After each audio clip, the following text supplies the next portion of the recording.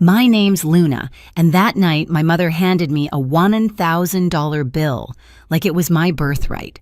Cameras flashed around us, champagne sparkled, and my sister Ava, her perfect daughter, posed beneath chandeliers while everyone clapped. Then my mom smiled, lifted her glass, and said loud enough for the whole table to hear, "Luna will handle it. She always does." Forks froze. Even the waiter hesitated. I stared at the numbers, realizing they weren't just charging me for dinner, they were charging me for years of silence. So I smiled back and said something that stopped the music mid-note.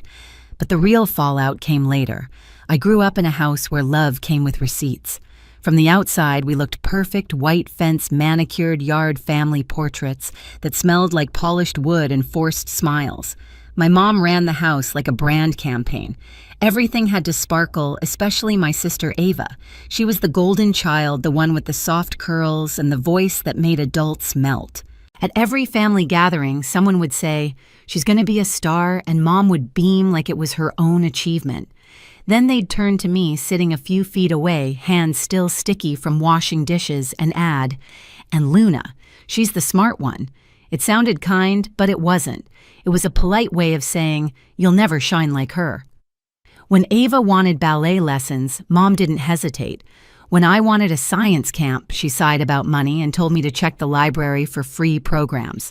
I remember stitching up the hem of my hand-me-down dress while Ava twirled in silk under living room lights. Dad would film her rehearsals, smiling behind the camera. I was the shadow holding the spotlight cord. By high school, the script was set. Ava got praise for existing. I got responsibility for everything else. When she needed gas money, I lent it. When she wanted to study abroad, I worked double shifts at the diner to help. Mom called it family teamwork. I called it quiet erasure. College didn't change it. It only scaled up. Mom and Dad paid for Ava's tuition, her apartment, her allowance. I went to nursing school on loans, living in a shared apartment that smelled like ramen and cleaning supplies. I worked nights in a care facility tending to patients who thanked me more than my own family ever had. Every time I sent Mom a picture in my scrubs, she replied with a heart emoji or nothing at all. Then I'd scroll and see her post so proud of Ava chasing her dreams. I learned not to expect applause. Still, I kept showing up to family dinners telling myself peace was worth the silence. But peace built on humiliation always cracks. You start feeling it in the smallest ways, in the way your name never makes the toast, in the way the bill somehow slides toward you every time the waiter walks by. By the time Ava's 30th birthday came, I already knew the pattern. I just didn't know that night would be the one I finally broke it. The invitation to Ava's birthday dinner arrived in a glittery envelope with embossed gold letters. Private room, black tie. Mom added a note in her looping script. "It'll be a beautiful night for your sister. Don't be late. No, please. No, thank you. Just expectation wrapped in cursive. Noah." My boyfriend read it over my shoulder and muttered, "Looks expensive." I laughed it off, though my stomach tightened. "It always is," I said.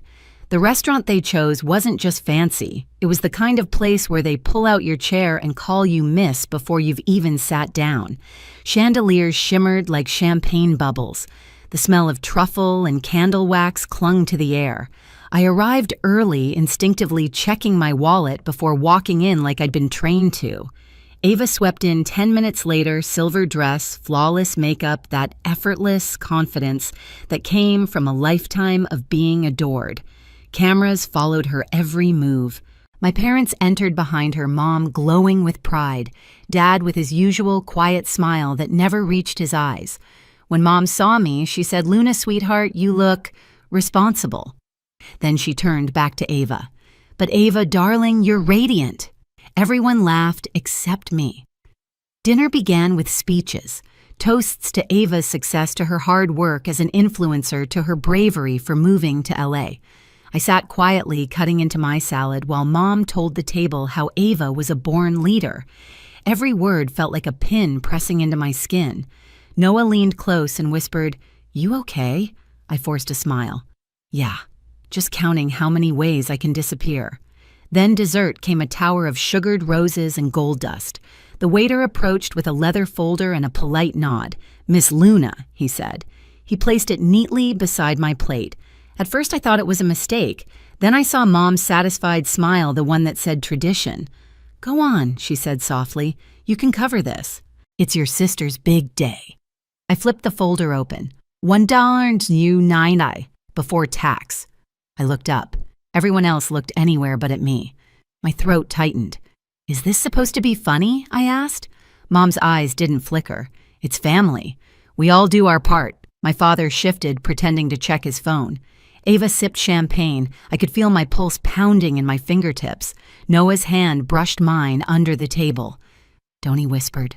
"Not again." Something inside me snapped, not loud, not visible, but final.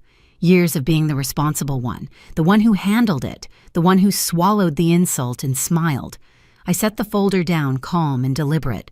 "If Ava is your pride," I said, "my voice even let your pride pay tonight."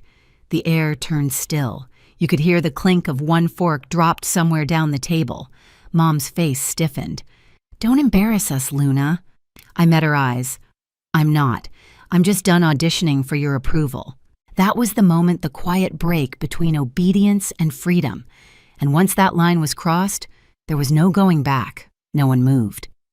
The air inside that glittering room felt thick, like the chandeliers were holding their breath with me. Ava's perfect smile trembled just enough to betray her. "Luna," she whispered, voice sugar-coated and shaky, "please don't do this here." I turned to her slowly. "Where else, Ava? You humiliated me in public my entire life. Maybe it's time you feel what that's like." A murmur rolled through the table. My aunt's fork scraped against porcelain. Someone coughed to break the silence. But Mom wasn't used to silence, she was used to control. "Sit down," she hissed, the way she used to when I was a child who'd spoken out of turn.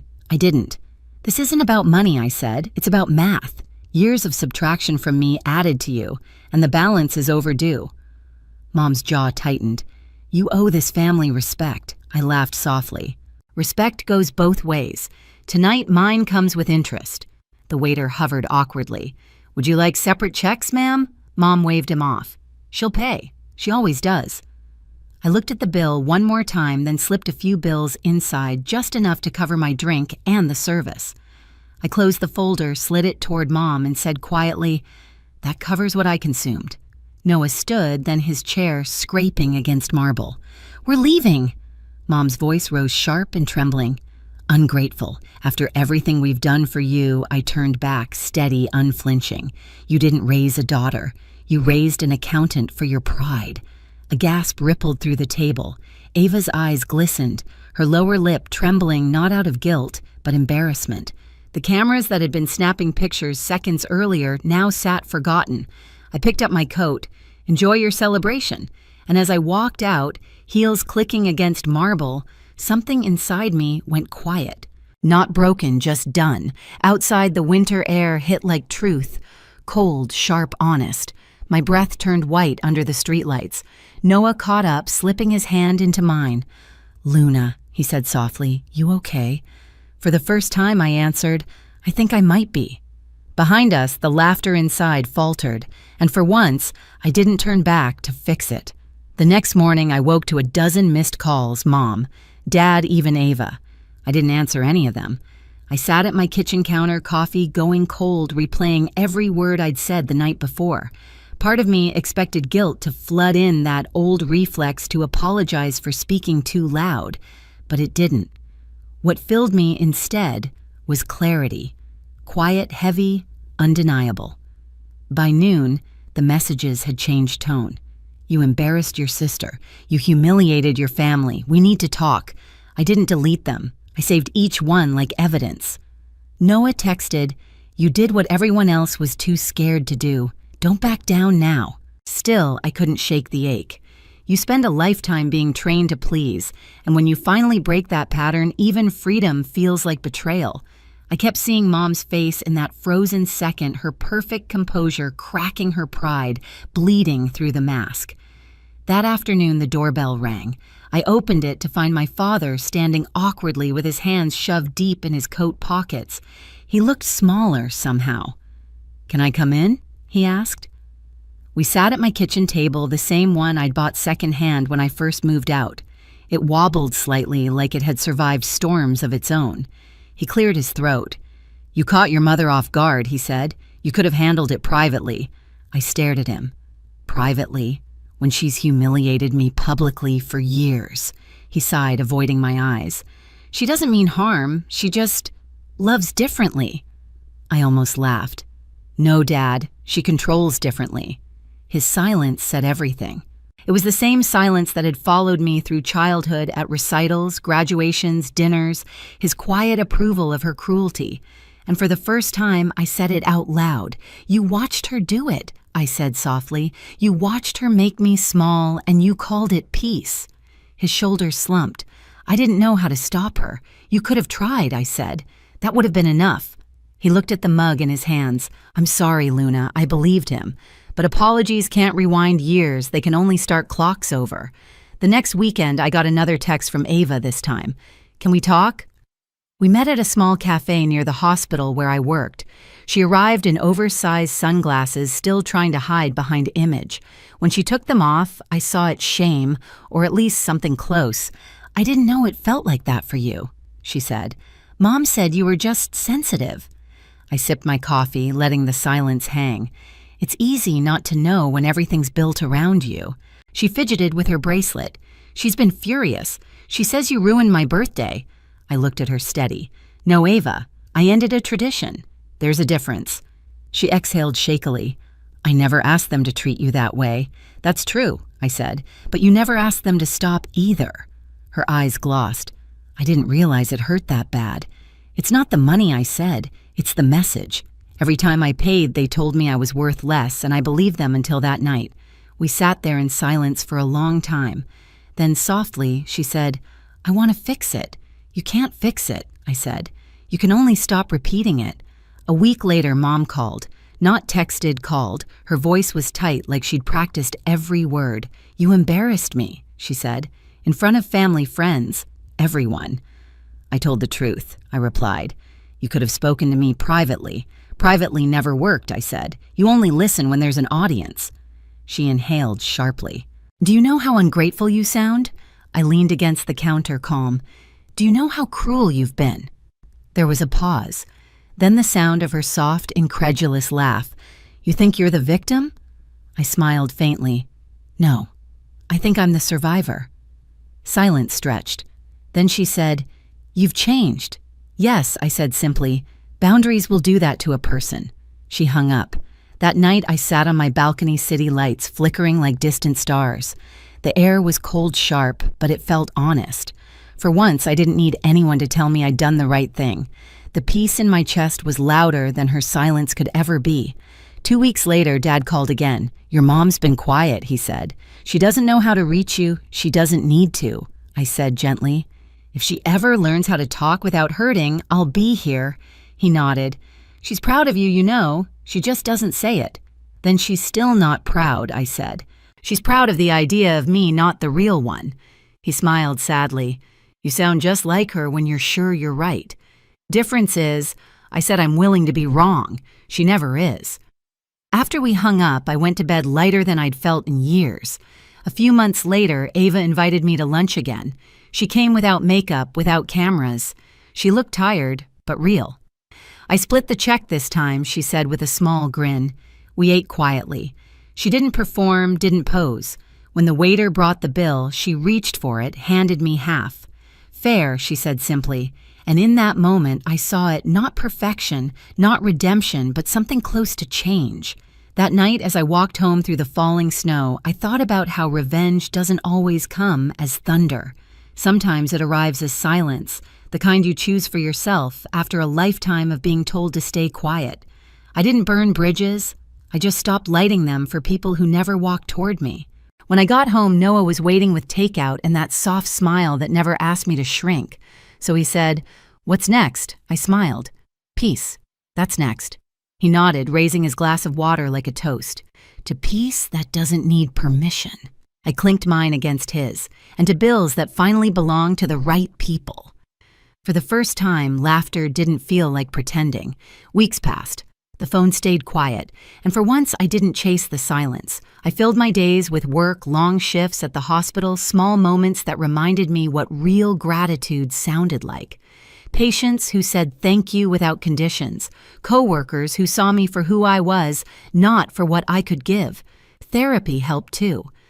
The first session felt strange, like unpacking a house I'd lived in too long. The therapist asked, "What do you want now, Luna?" And for the first time, I didn't answer with someone else's name. I said, "Peace." She smiled. "Then let's start there." Little by little, peace stopped feeling like loneliness. I learned how to sit with quiet without mistaking it for punishment. My apartment, once just walls between shifts, became a home.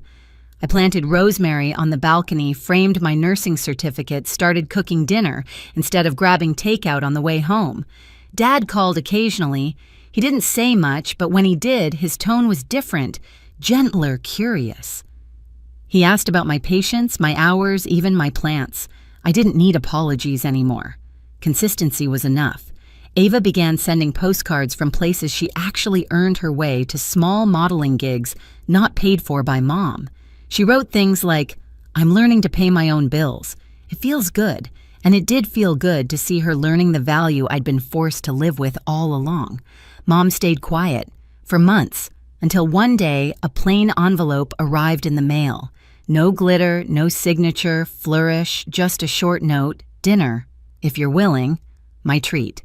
I smiled but didn't rush to answer. Healing doesn't mean returning. It means choosing how to meet someone again. I placed the note on my fridge beside a photo of me and Noah at the farmer's market, my small, ordinary joy. The caption in my head said it all: respect is the price of admission, and I'm finally worth every cent. Some nights I still think about that dinner, the flicker of chandeliers, the stunned silence after I said no. But it doesn't sting anymore. It reminds me that sometimes the most radical act of love is saying enough. I don't hate my family. I just stopped financing their comfort at the cost of my dignity. And in that space, something new grew: peace that wasn't borrowed pride, that didn't need permission. If you've ever been the quiet one, the reliable one, the one everyone assumes will handle it, I see you. You don't owe anyone your silence, your money, or your peace just to keep the room comfortable.